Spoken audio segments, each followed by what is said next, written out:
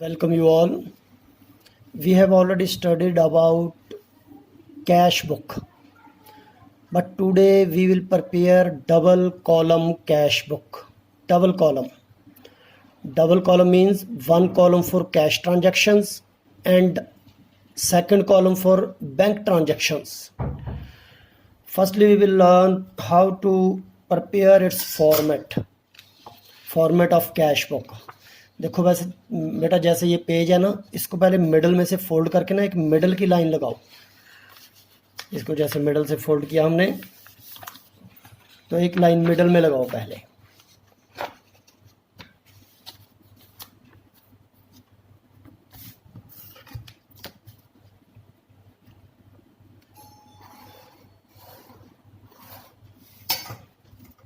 अब middle line से जो लेफ्ट साइड है ये डेबिट साइड, मिडल लाइन से जो राइट साइड है इट इज क्रेडिट साइड। अब double column, one column for cash transaction and second column for bank transaction. It is bank column and then it is cash column and one column for LF, ledger folio, and in the end column for date. ये debit side prepare की मैंने। Now same credit side, one column for bank transaction, other column for cash transaction, then LF, then in the last date. It is the format of double column cash book. अब ऊपर particular लिखने के लिए space बनानी है।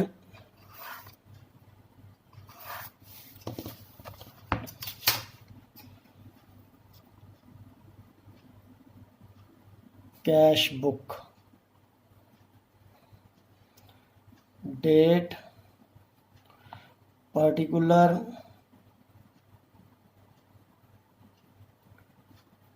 and we can write receipt also. LF, cash, bank, then again date, particular, we can write payment also. LF, cash and bank. Debit side of this account is receipt side and credit side of this account is payment side. Now the question number 7. Prepare 2-column cash book from the following transactions and balance the book on 31st January.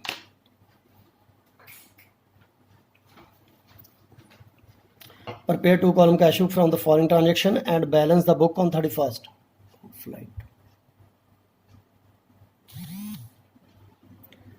Prepare 2-column cash book from the following transaction and balance the book on 31st January 2014.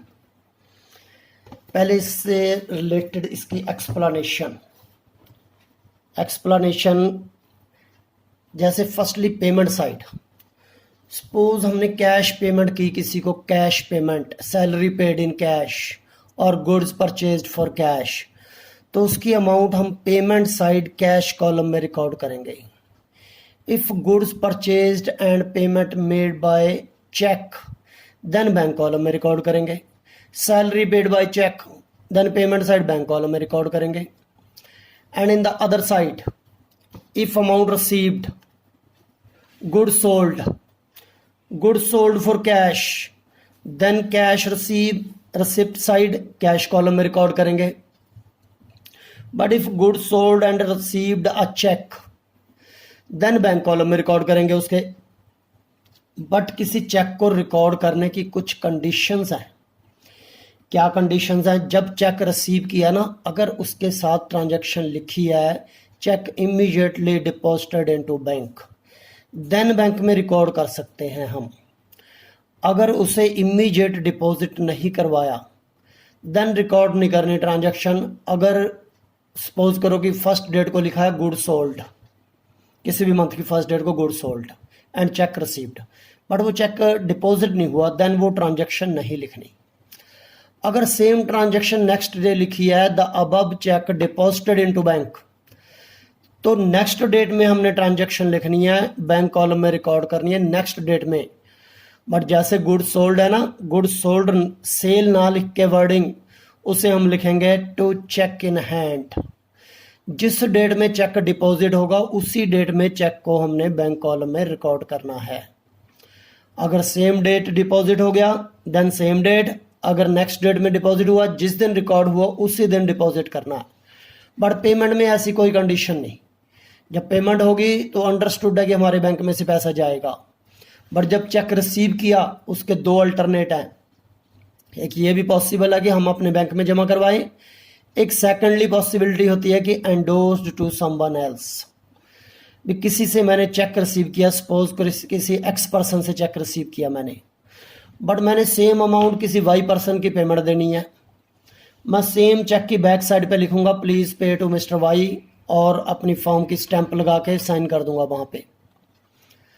It means वो check सीधा by के account में गया, मेरे account में उसकी कोई transaction नहीं आई, इसलिए मेरे अकाउंट में नहीं रिकॉर्ड होगा। इस ट्रांजैक्शन को हम बोलते हैं एंडोर्समेंट, एंडोर्समेंट ऑफ चेक।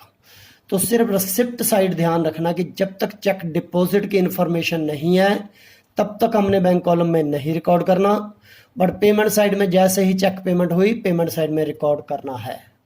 ये पहले मैंने कंसेप्ट इसका क्लियर किया। Now the question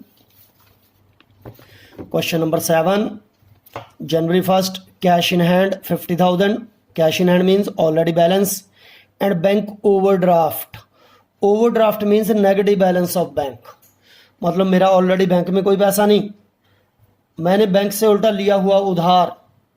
overdraft very short period loan, बहुत शॉर्ट पीरियड के लिए लोन होता है ये।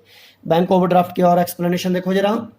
सपोज करो कि जैसे मेरी सैलरी है 30,000, स्कूल की सैलरी मेरी बैंक अकाउंट में आती है, मैं 30,000 विड्रॉ कर लेता हूँ वो, बट किसी मंथ ना सैलरी आई 30,000, मुझे पैसे की जरूरत पड़ गई 35,000, तो मैं बैंक मैनेजर से रिक्वेस्ट करूंगा कि मुझे ना 35,000 विड्रॉ करने दो यहाँ से, और जो 5,000 एक्स्ट्रा विड्रॉ हुआ वो मेरी नेक्स्ट सैलरी में से डिडक्ट कर लेना।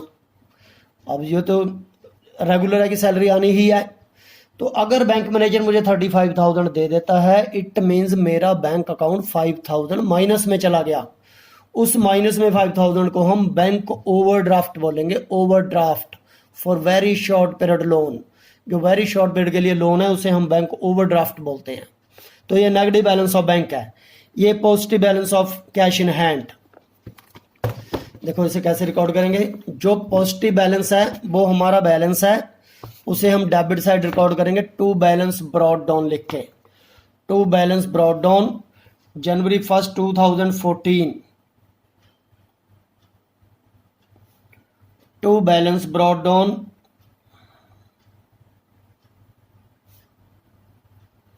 Balance brought down cash balance 50,000, but in case of bank overdraft negative balance, दूसरी साइड लिखेंगे same date by balance brought down, और बैंक कॉलम में लिखेंगे 1,90,000, 1,90,000। Then January 2 purchase goods from Rajesh, purchase goods from Rajesh Kumar of the list price 50,000 at 5% trade discount and payment made by check। जब हम goods purchase करेंगे it means हम payment देंगे किसी को, राजेश कुमार से परचेज किया है, जब किसी का नेम गिवन है ना it means credit purchase, but question में क्लियर मेंशन है कि payment made by cheque, cheque payment दे दी उसको, तो पेमेंट है पेमेंट साइड, बाय परचेज की अमाउंट 50,000 गिवन है, बट उस पर 5% ट्रेड डिस्काउंट है। पहले 50,000 में से 5% लेस करना है। 50,000 का 5% 2,500 लेस करो, रिमेनिंग बचा 47,500। और payment made by cheque, it means 7,500 paid a cheque by purchase. Then January 6th, good sold, now sold. जब गुड सेल करेंगे हम, it means cash comes in. Good sold for 80,000 and payment received by cheque. But receive cheque की मैंने condition बोली है। यहां given है cheque deposited into bank on the same day. Same day deposit हो गया, क्लियर लिखा है इन्होंने। तो January 6th टू सेल 80,000 की गुड्स है, payment received by cheque, cheque deposit हो गया same day. To sell 80,000 bank column में। बट अगर ये cheque deposited into bank on same day ना लिखा होता, इसको नेक्स्ट डेट में लिखते वो January 10th को, the above cheque deposited into bank, then मैं 6th डेट को ना ट्रांजैक्शन लिख के 10th डेट को ट्रांजैक्शन लिखता, जिस डेट में डिपॉजिट हुआ। और यहां पे वर्डिंग भी चेंज करके मैं लिखता to cheque in hand, to cheque in hand. ठीक है बेटा। Next 10th January, goods purchase for cash 19,800। Clear cash word लिखा है। गुड्स परचेज करने से कैश जाएगा, पेमेंट होगी। January 10th, by purchase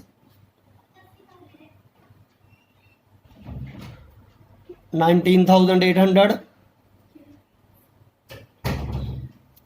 January 15th, furniture sold, sell करने से again cash receive. Furniture sold for 1,77,000 and payment received by cheque and the cheque deposited into bank on the same day, again on same day January 15th। But अब furniture sell किया, not good sell. To furniture, furniture और goods में क्या difference है? Goods जिस चीज की उसकी सेल परचेज की ट्रांजैक्शन है, जिस चीज का उसका बिजनेस है। पर फर्नीचर उसके लिए एसेट है। जैसे कोई करियाना शॉप के लिए जो करियाना है ना, साबुन दाल वगैरह, ये गुड्स है। बट अगर वो फर्नीचर परचेज या सेल करता है, देन वो उसके लिए फर्नीचर है। Furniture sold for 1,77,000 and cheque received, the cheque immediately deposited into bank. January 18, salary paid, payment side by salary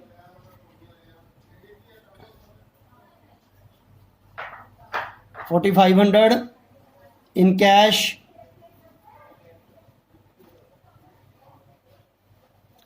21st January, settle the amount due to Ram. Settle the amount due to Ram ₹2,000 by paying 1,910। किसी Ram person के 2,000 देने हैं total, but settled bye paying cash 1,910, मतलब उसे 90 रुपये less दे रहे हैं discount काट के। बट हमारे सिलेबस में ना only double column cash book है। वैसे एक्चुअली ये ट्रिपल कॉलम कैश बुक होती है। ट्रिपल का मतलब 1 column for discount also, discount के लिए 1 कॉलम। बट सिलेबस के अकॉर्डिंगली ओनली 2 कॉलम है, तो हम डिस्काउंट नहीं रिकॉर्ड करेंगे। डिस्काउंट लेस करके ओनली 1,910 पेमेंट की, 1,910 cash payment by Ram. Date 21st January। जो भी क्रेडिट साइड ट्रांजैक्शन रिकॉर्ड करनी है ना, उसके आगे बाय वर्ड लिखना है। जो डेबिट साइड ट्रांजैक्शन नोट करनी है, उसके आगे टू वर्ड लिखना है। Next 22nd January, cash received from जय 14,780 इन फुल सेटलमेंट ऑफ 15,000। किसी जय पर्सन से हमने 15,000 लेना है, but only 14,780 received in full settlement. तो पूरा 14,780 आया हमारे पास इन फुल सेटलमेंट, और इसमें चेक वगैरह कुछ नहीं given, it means cash receive किया हमने। Receipt side 14,780 to Jay date 22nd, next 23rd, paid life insurance premium 1500, paid payment side 23rd, life insurance 1500। देखो ये इंश्योरेंस ना दो टाइप का होता है बेटा, एक लाइफ, एक ओनली इंश्योरेंस। जो ओनली इंश्योरेंस है इट मीन्स वो बिजनेस का इंश्योरेंस है, बट जो लाइफ इंश्योरेंस है, लाइफ LIC, लाइफ मतलब पर्सन ने इंडिविजुअल अपने इंडिविजुअल लाइफ का इंश्योरेंस करवाया, इट मीन्स उसका ये पर्सनल हो गया। और जो पर्सनल एक्सपेंडिचर है उसे हम बोलते हैं ड्राइंग, बाय ड्राइंग। जैसे मैंने इंश्योरेंस में एक्सप्लेन किया, एक ओनली इंश्योरेंस वो बिजनेस का इंश्योरेंस, एक लाइफ इंश्योरेंस वो अपना इंडिविजुअल उसकी लाइफ का इंश्योरेंस पर्सनल हो गया, पर्सनल को हम ड्राइंग बोलते हैं। सिमिलरली टैक्स और इनकम टैक्स, जब टैक्स वर्ड गिवन है it means tax for the business, but जब इनकम टैक्स वर्ड गिवन है, इनकम इट मीन्स पर्सन की खुद की इनकम, इंडिविजुअल इनकम के ऊपर टैक्स। जब वो इंडिविजुअल इनकम आ गई देन उसको पर्सनल काउंट करेंगे। अगर यहाँ पे इनकम टैक्स वर्ड गिवन होगा तो ड्राइंग लिखेंगे, अगर ओनली टैक्स वर्ड गिवन होगा तो टैक्स लिखेंगे। ये इंश्योरेंस, लाइफ इंश्योरेंस और टैक्स और इनकम टैक्स दोनों का डिफरेंस बताया मैंने। Last transaction, important transaction, 31st January, deposited with bank the entire balance after retaining 7,000 cash in hand. 7,000 अपने पास रख के cash in hand, remaining after retaining 7,000 से एक्सेस जितना बचा उसे बैंक में डिपॉजिट करवाना है।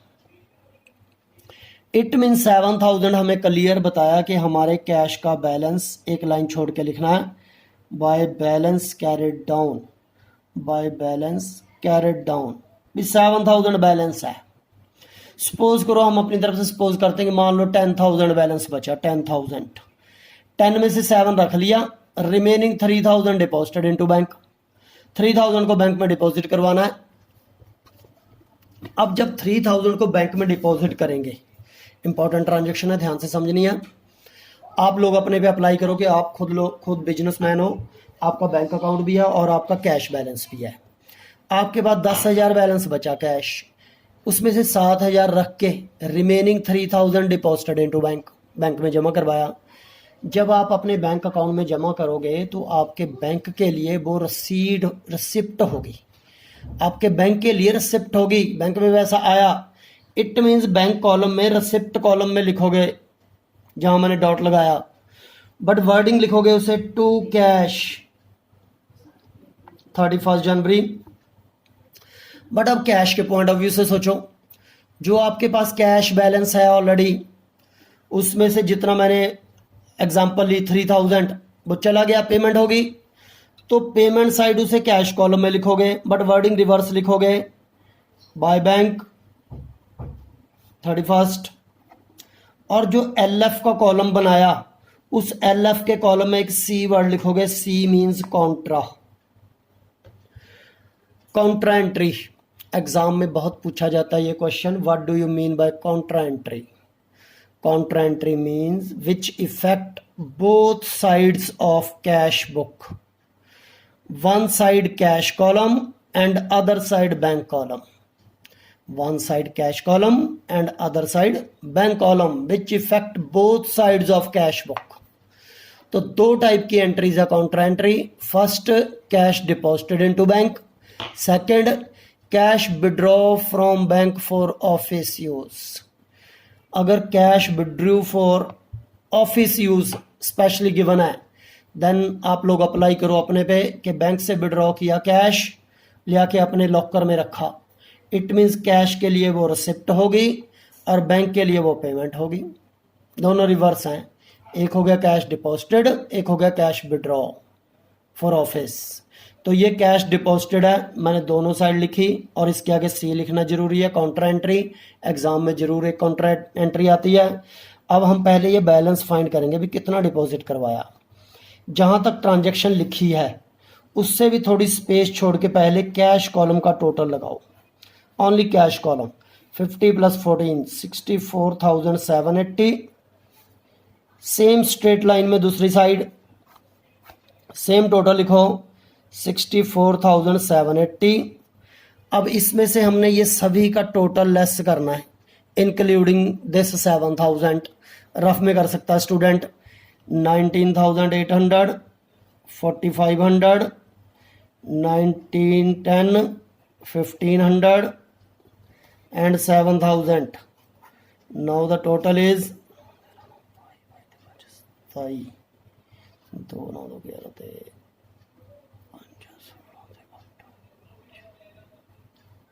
34,710। इसे हम 64,780 में से लेस करेंगे 34,710। रिमेनिंग बचा हमारे पास 30,070 बचा 30,070। It mean 30,070 deposited into bank. According to question 30,070 deposited into bank. इसके सामने हम लिखेंगे 30,070 और सेम अमाउंट यहाँ 30,070 deposited into bank.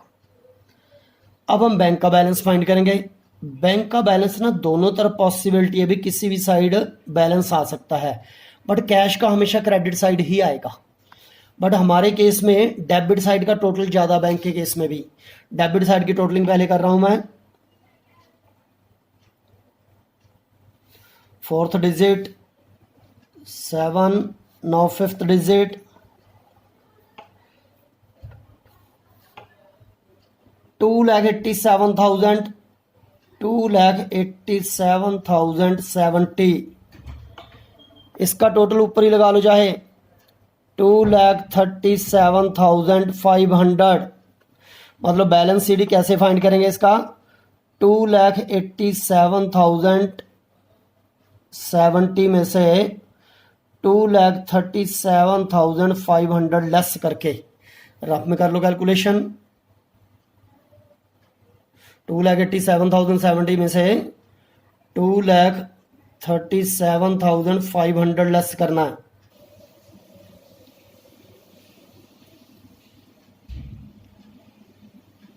$49,570।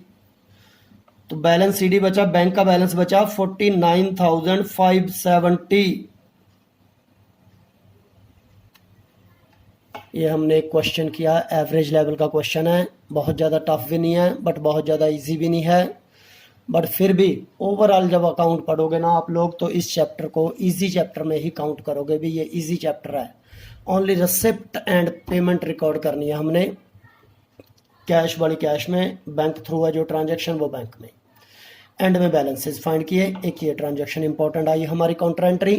Next question में और एक्सप्लेनेशन करेंगे इसकी। आज के लिए इतना ही, sufficient for today. Okay, thank you.